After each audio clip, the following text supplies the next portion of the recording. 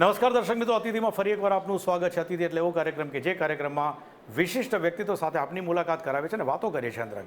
આજે એક એવું વિશિષ્ટ વ્યક્તિત્વ અને એક વિશેષ વિષય આપણી સાથે છે ભદૌરિયાજી, કે જેઓ चीफ ऑफ एयर स्टाफ, ये थोड़ा टेक्निकल टर्मिनोलॉजी जो होता है ना, आपको बता दूँ former chief of air staff એનો મતલબ એ છે કે આખું જે એરફોર્સ ડિપાર્टमेंट છે એ આખું हैंडल करता था.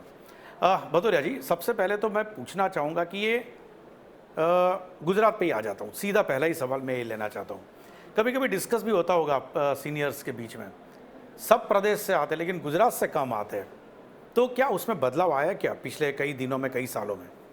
हाँ, बदलाव थोड़ा सा देखने को तो मिला है, बट जो आप बोल रहे हैं वो सही बात है कि गुजरात एरिया से इंडक्शन इनटेक्स कम था और हम ये सब स्टडी करते रहते हैं.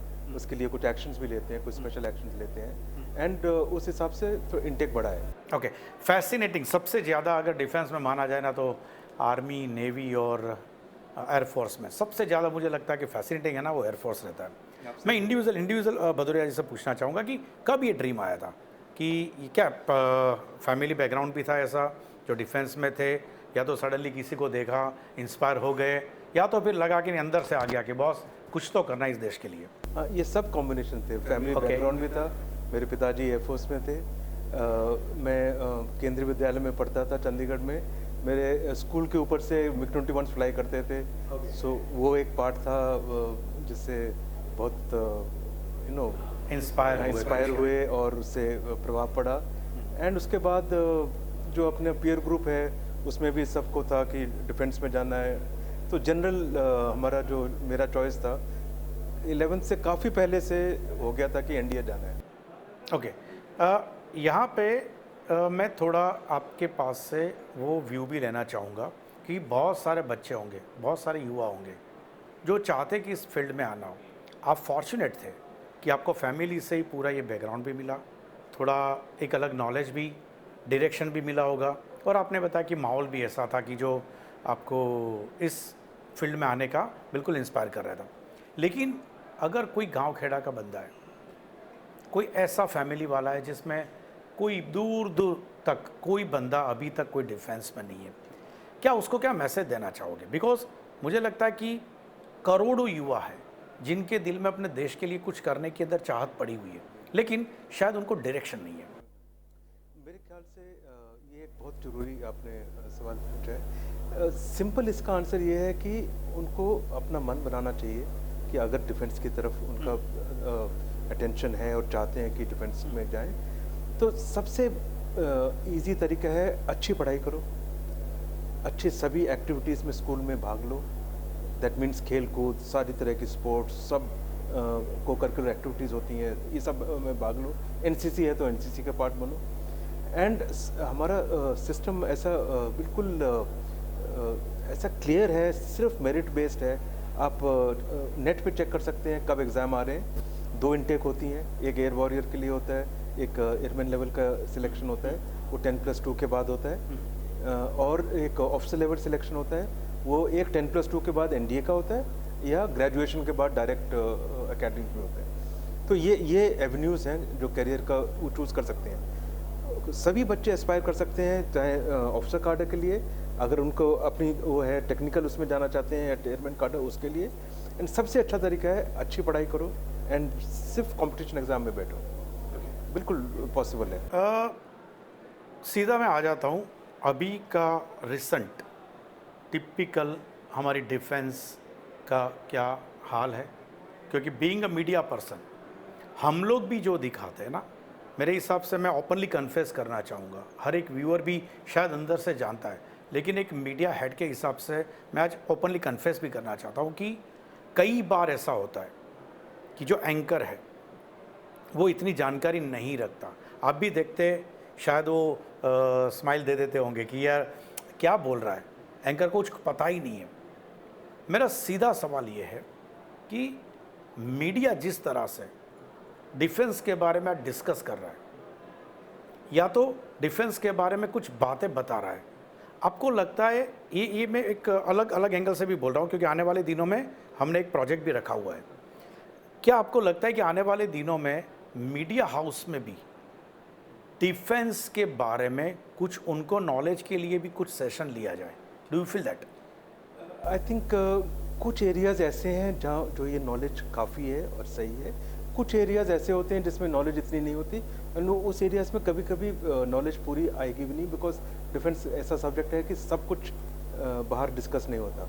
बट आई वुड से जो इश्यूज़ बाहर डिस्कस होने चाहिए उसकी नॉलेज मीडिया को फ्रॉम नेशनल पर्सपेक्टिव, बिकॉज देशवासियों को जानना चाहिए क्या हो रहा है, क्या सिचुएशन है, एंड मीडिया एक तरह से एक मिरर होता है, उस हिसाब से वो वाली नॉलेज होना जरूरी है। कई जगह ऐसा है भी, बट कई जगह जैसे आप बोल रहे हैं ऐसा भी लगता है आपको कई बार फील भी होता होगा कि ये इसकी जगह थोड़ा इम्प्रोवाइज होता तो बेहतर रहता। हाँ, ऐसा है, दोनों दोनों कॉम्बिनेशन है। But over a period of time जो मैंने देखा है, अगर मैं पिछले 10 साल 12 साल ही लूँ, तो उसमें भी जब मैंने मीडिया को क्लोजली देखा है इन वेरियस अपॉइंटमेंट्स, उसमें भी मैंने एक बहुत स्टडी ग्रोथ देखा है। सो इन चीज़ों में बहुत इम्प्रूवमेंट हुआ है, understanding from media perspective, and जैसे कि प्रोग्राम कंडक्ट किए जा रहे हैं या प्लान किए जा रहे हैं, देशवासियों को बताने के लिए किस एरिया में क्या हो रहा है। बहुत सारे हम लोग ये बताते भी है, मेरे हिसाब से लोग बहुत सारे डिस्कस भी करते हैं कि हिंदुस्तान की अभी जो डिफेंस पॉलिसी है वो बहुत सारी चेंज हो रही है इन टर्म्स ऑफ हमारे पड़ोसी देशों के लिए हो सकता है, वेस्टर्न कंट्री का जो प्रभाव अभी तक था शायद उसमें से बाहर आने के लिए भी हम कुछ कोशिश कर रहे हैं। हम बहुत सारी चीज़ें जो बाहर से इंपोर्ट करते थे हम कोशिश, क्योंकि आपका फेवरेट सब्जेक्ट है उसी पे आ रहा हूँ मैं, कि बाहर से चीज़ आ रही है, अभी थोड़ा हम आत्मनिर्भर बनने की भी कोशिश करें। तो ये क्योंकि लंबा, ये सवाल छोटा है लेकिन इसका जवाब बहुत लंबा है, लेकिन मुझे एक बिल्कुल बुलेट पॉइंट्स चाहिए कि हिंदुस्तान की डिफेंस पॉलिसी में पिछले कितने सालों से आपको फील हो रहा है कि नाउ अभी कुछ सही जो डिफेंस पीपल चाहते हैं, डिफेंस एक्सपर्ट्स चाहते हैं, उस तरह के चेंजेस आ रहे हैं? देखो, पिछले 10 साल में तो बहुत चेंजेस आए हैं from point of view of modernisation. जो हमारी मॉडर्नाइजेशन प्लान था उसको बहुत एक स्पीड दी गई, नए इक्विपमेंट आए, बहुत केपेबल कॉम्बैट कैपेबिलिटी आई। एयरफोर्स की तरफ से बोलूँ तो जैसे राफेल जहाज आए, उससे पहले C-130 एंड C-17 का इंडक्शन थ्रू हुआ था, वो सब अब ऑपरेशनल हो गए। इंडिजिनस प्रोडक्शन की तरफ, आत्मनिर्भरता की तरफ जो ड्राइव शुरू हुई, वो एक सबसे बड़ा बदलाव है, सबसे बड़ा बदलाव है। एंड उसके लिए पॉलिसीज चेंज की गई, उसके लिए कई न्यू मेजर्स लिए गए कि इंपोर्ट कुछ चीज़ों का बंद होगा, वो खाली इंडिया में बनेगी। एंड अगेन एयरफोर्स की तरफ से देखें तो LCA के ऑर्डर्स जो हैं, पहले 40 थे, फिर अभी 83 और दिए। Mark 1 के एक इम्प्रूवमेंट है। Mark 2 का ऑर्डर डिज़ाइन एंड डेवलपमेंट शुरू हो गया है। लाइट कॉम्बैट हेलीकॉप्टर्स, उससे पहले हमने ALH लिए थे, वो ले लिए। अभी C-295 का प्रोडक्शन तो गुजरात में ही सेटअप का वो डायरेक्ट प्राइवेट सेक्टर में। तो ये सब policy change and focus change and जो ड्राइव है फ्रॉम गवर्नमेंट साइड, उसका ये नतीजा है कि ये हम यहाँ पहुँचे। और इंक्रीजिंगली इन सब में प्राइवेट सेक्टर की तरफ से, MSMEs की तरफ से, स्टार्टअप्स की तरफ से जितना उनका इन्वॉल्वमेंट बढ़ा है वो बहुत ज़्यादा बढ़ा है। तो अब हम उस डायरेक्शन में अच्छी तरह चल रहे हैं, जहाँ हम डिफेंस सेक्टर एक बहुत कॉम्प्लिकेटेड सेक्टर है, बहुत कॉम्प्लिकेटेड है। तो इसमें काफ़ी अटेंशन चाहिए होती है सब तरफ से, और सिनर्जी चाहिए होती है, DRDO, DPSUs, private sector, startups. अब वो सब हो रहा है। ओके, मैं यहाँ रोकूंगा, ये बात कंटिन्यू ही रखूंगा। मैं रोक रहा हूँ क्योंकि वक्त हुआ छोटे से ब्रेक का। दर्शक मित्रों, विराम बाद भदौरिया जी साथ है, बीजा तबकानी बात।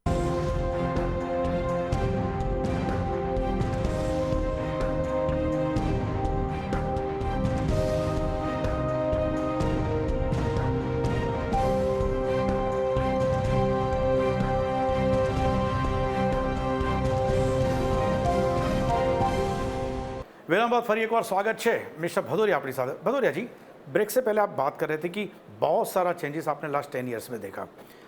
पॉलिसीज़ मेरे हिसाब से आत्मनिर्भर के ऊपर सबसे ज़्यादा फोकस शायद बहुत सालों के बाद, या तो बोल सकते हैं कि पहली बार हिंदुस्तान ने उस डायरेक्शन में सोचा भी है कि अभी आत्मनिर्भर डिफेंस सेक्टर में भी होना चाहिए। मेरा सीधा सवाल है जी, आप कुछ बताना चाहिए। आत्मनिर्भरता की जो ड्राइव शुरू की है, ये ऑनरेबल प्राइम मिनिस्टर का जब क्लैरियन कॉल था कि हमें आत्मनिर्भरता की तरफ बढ़ना है, दैट स्टार्टिंग पॉइंट था। ये जो अभी ड्राइव है, इंडिजिनस प्रोडक्शन, आत्मनिर्भरता की तरफ, पॉलिसी चेंजेस, प्राइवेट सेक्टर का इन्वॉल्वमेंट, MSMEs का increase involvement, DPSUs and DRDO का पॉलिसीज़ में ओपन होना, प्राइवेट सेक्टर को ज़्यादा इन्वॉल्व करना है, तो ये सब तो एक अभी ड्राइव है। हालांकि कई बार पहले इंडिजिनस प्रोडक्शन बढ़ाने की पहले बात हो चुकी है, कई बार कुछ प्लान्स भी बने थे, पिछले डिकेट्स की बात कर रहा हूं, लेकिन ठोस पॉलिसी, बट ठोस कदम उसके बाद फॉलो अप या उसके बाद रिजल्ट नहीं आया। अब ऐसा हुआ है कि एक वेरी स्ट्रॉन्ग गवर्नमेंट ड्राइव है एंड इसको फॉलो अप होके अब हम इस ट्रजेक्ट्री पे हैं कि सारा पूरा इकोसिस्टम उस तरफ को काम कर रहे हैं।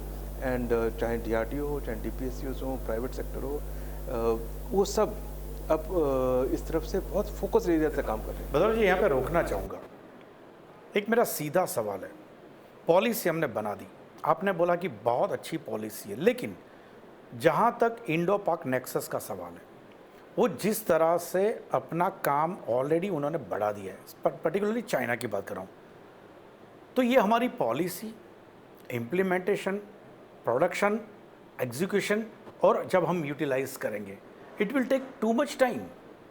तो मेरे हिसाब से अगर प्लान जो बनाया है, मेरे हिसाब से I think 1 decade 2 decades will take time.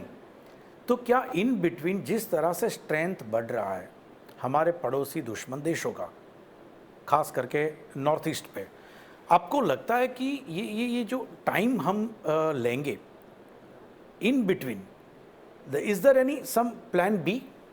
देखो ऐसा है, इट इज़ नॉट दैट हमारी अभी कैपेबिलिटी कम है, हमने पिछले अर्ध साल में बहुत स्टेप्स लिए हैं एंड काफ़ी इक्विपमेंट इंडक्ट किया है एंड बहुत मॉडर्नाइजेशन किया है, नए इक्विपमेंट लिए। एयरफोर्स का तो मुझे हर एक चीज़ का पता है, आर्मी नेवी ने भी सिमिलरली काफ़ी मॉडर्नाइज किया है, इक्विपमेंट लिए। तो हमारी कैपेबिलिटी काफ़ी आज की तारीख में, एंड उसने आपने इन चीज़ों का असर भी देखा, गलवान में आपने देखा, दूसरे जितने भी अपनी रिसेंट कभी भी जब जरूरत पड़ी, बालाकोट में क्या हुआ आपने देखा, हमारी क्या कैपेबिलिटी है।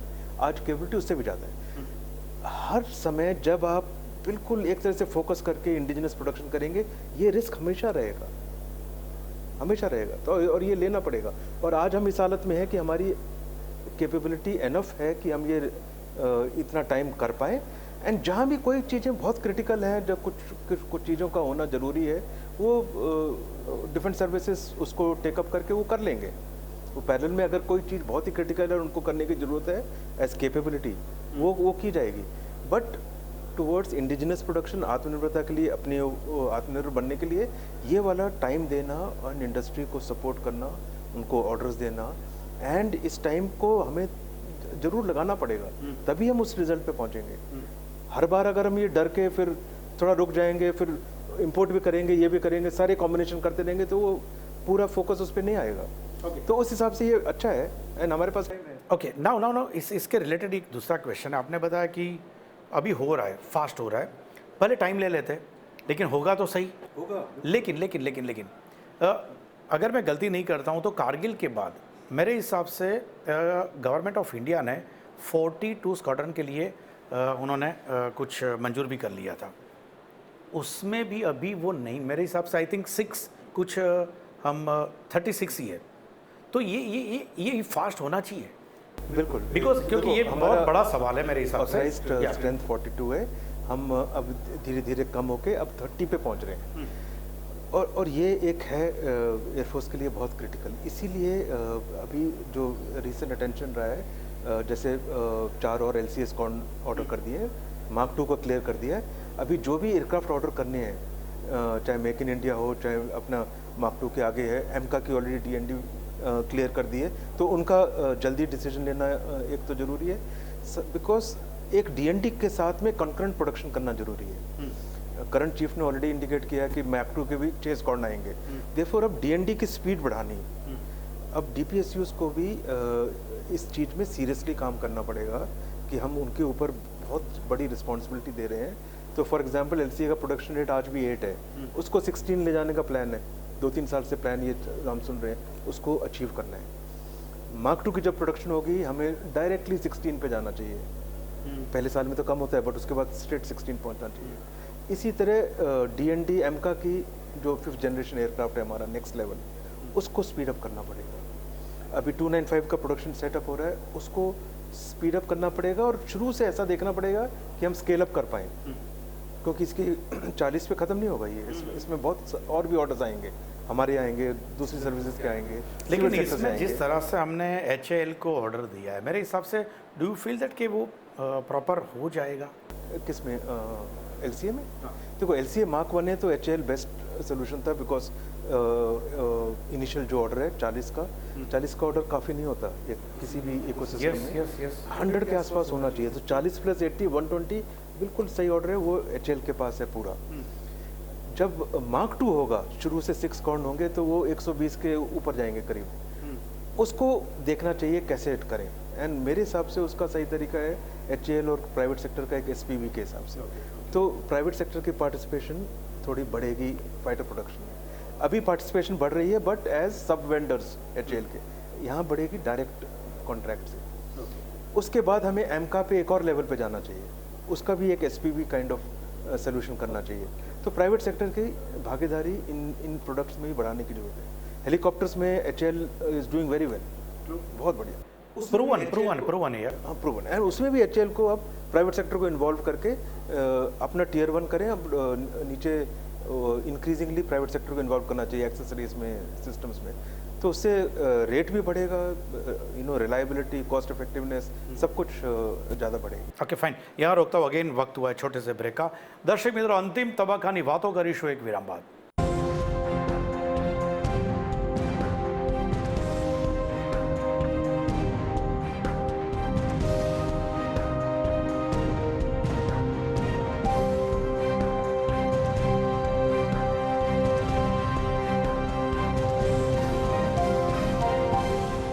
વિરામ બાદ ફરી એકવાર સ્વાગત છે આપનું કાર્યક્રમ અતિથિમાં ભદુરિયા સાથેની વાતો અંતિમ તબક્કાની।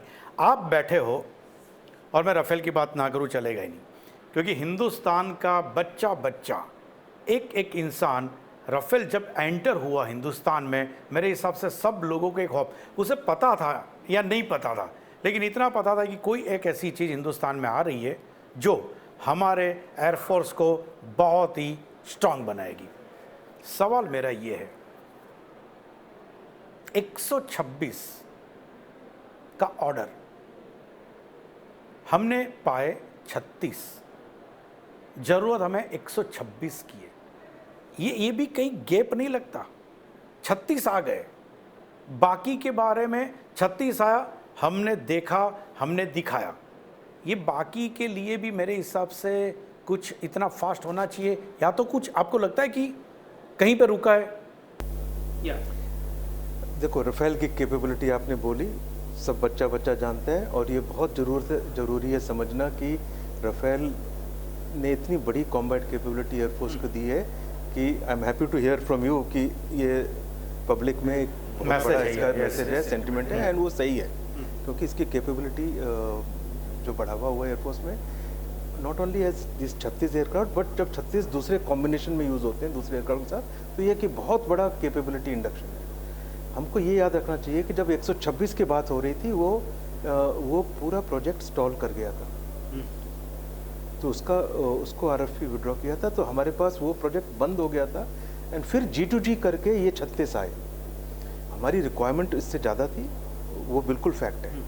इसलिए उसके बाद अभी जो एयरफोर्स ने एक MRFA के लिए कुछ इंफॉर्मेशन कलेक्ट की है, RFI दिया था, वो सब इंफॉर्मेशन है, उसका डिस्कशन चल रहा है, वो मेक इन इंडिया में करना है, कैसे करना है, तो एक वो है।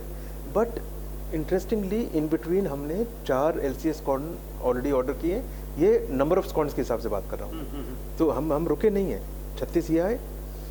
उसके बाद हमने एक Su-30 स्क्वाड्रन भी बनाया, क्योंकि कुछ प्रोडक्शन बची हुई थी। उसके बाद 4 और LCA 2 LCA स्क्वाड्रन नए बनाए, 4 और का ऑर्डर किया, तो नंबर्स हमारे बढ़ रहे हैं इन बिटवीन। एंड अब जो एयरफोर्स को जो भी डिसाइड करता है मेक इन इंडिया में Mark 2 के ऑर्डर्स, एमका के ऑर्डर्स, ये आगे से आगे प्लान करके जितना जल्दी हो सके इंडस्ट्री को बता के उनको प्लेस करना है। तो ये सारी जो कैपेबिलिटी बिल्डअप रहेगा, उसकी ट्रेजेक्ट्री अच्छी रहेगी। बट भदुरिया जी, थोड़ा राफेल की बात निकली है, तो मेरे हिसाब से जो कंट्रोवर्सी इतनी बड़ी, बहुत बड़ी चल गई थी, अपोजिशन ये बोल रहा था, एक खेमा ये बोल रहा था कि ये कुछ ये हुआ, गवर्नमेंट भी अपनी सफाई दे रही थी। ये मुझे न्यूट्रल स्टेटमेंट आज चाहिए आपसे। ना मैं मतलब बिल्कुल एक जो होता है ना कि न्यूट्रल, जो टेक्निकल बंदा है, मुझे वो स्टेटमेंट चाहिए कि क्या जो कंट्रोवर्सी, एलिगेशन,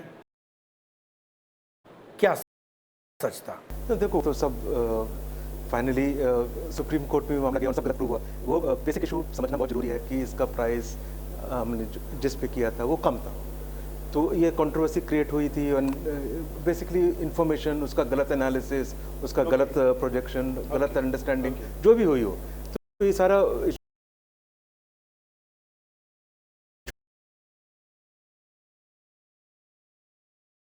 गया। I don't get on to the political side, but issue is, ये मामला सुप्रीम कोर्ट तक गया, सब कुछ वो करके वहाँ से वो किया। इस इशू में ये समझना जरूरी है, जो कैपेबिलिटी है इट्स विदाउट डाउट, जो बोला गया वो आ रही है। जो प्राइस है जिस पे थोड़ा कंट्रोवर्सी किया था ज़्यादा है, वो ऐसा नहीं है बिल्कुल। प्राइस इसका जो अर्लियर प्रोजेक्ट से था उससे कम है, दिस इज गारंटीड। एंड जो भी दूसरी एक दो चीज़ें थी जो बोले जाते थे उससे करता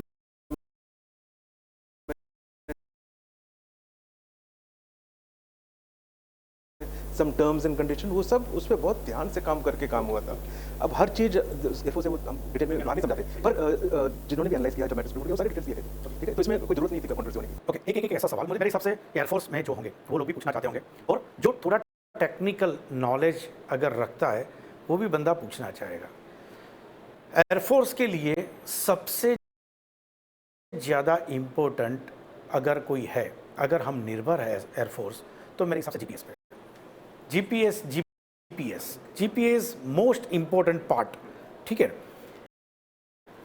नाविक कितना टाइम लगेगा, क्योंकि जीपीएस मुझे पता है कि जिस तरह से जो हैंडल कर रहे हैं, आपने अपना होमवर्क अच्छा किया है। नाविक ऑलरेडी हो जाना चाहिए था, हम थोड़ा पीछे हो गए उसमें, एंड ये जल्दी होना चाहिए। फ्रॉम सर्विस साइड हम भी इस पे बहुत इच्छुक थे कि ये जल्दी से जल्दी हो, बिकॉज एक ये कैपेबिलिटी अपनी खुद की इंडिजिल्स होना जरूरी है। सैटेलाइट्स हमारी पहुंच गई, तो इसलिए ये नाविक प्रोजेक्ट का इंडक्शन बहुत जरूरी है। ये डिले हो गया है और इसको बहुत ही जल्द होना चाहिए। गवर्नमेंट ने युवाओं को सेना में आने के लिए योजना बनाई, पेंशन नहीं रखा। आपको लगता है कि ये योजना में ज़्यादा से ज़्यादा लोग जुड़ेंगे? आपका इंडिविजुअल व्यू क्या है? देखो, इसको ऐसे नहीं सोचना चाहिए कि पेंशन नहीं रखा। ये वो वाली स्कीम है। बीइंग ए मीडिया पर्सन, मैं वो वाला स्टेटमेंट दे रहा हूँ जो बोल रहे हैं। इसको इस तरह समझना चाहिए कि ये डिफरेंट स्कीम है।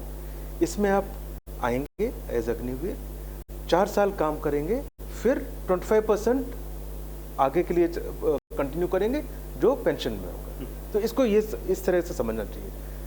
नंबर्स वगैरह धीरे धीरे जाके स्टेबलाइज होंगे, तो इस स्कीम को उस तरह से समझना जरूरी है। जो आगे नहीं बढ़ेंगे, जो 75%, उनके लिए दूसरे फैसिलिटीज़ की जा रही हैं, जो भी एक मनी का पार्ट रहेगा, वो एंड सपोर्ट रहेगी दूसरे एम्प्लॉयमेंट के लिए जहाँ भी जाते हैं, स्टेट गवर्नमेंट्स, दूसरे PSUs, कई सारे फिजिबिलिटी करके कई सारे प्रावधान निकाले जा रहे हैं। बट इम्पॉर्टेंट इशू ये है कि ये एक डिफरेंट स्कीम है, उसको नॉर्मल स्कीम से कंपेयर करना ही नहीं चाहिए। हमारे लिए देखना चाहिए कि हम जब चेंज कर रहे हैं, आगे कितनी हमारी HR पॉलिसी क्या होगी, किस तरह से हम आगे जाना चाहते हैं, उस हिसाब से देखना चाहिए। ओके, भदौरिया, अंतिम सवाल। हिंदुस्तान का हर एक इंसान जानना ये चाहता है कि हमारे नॉन एनिमीज़ है, उनके सामने अभी लड़ने के लिए हिंदुस्तान की सेना कैसे तैयार है?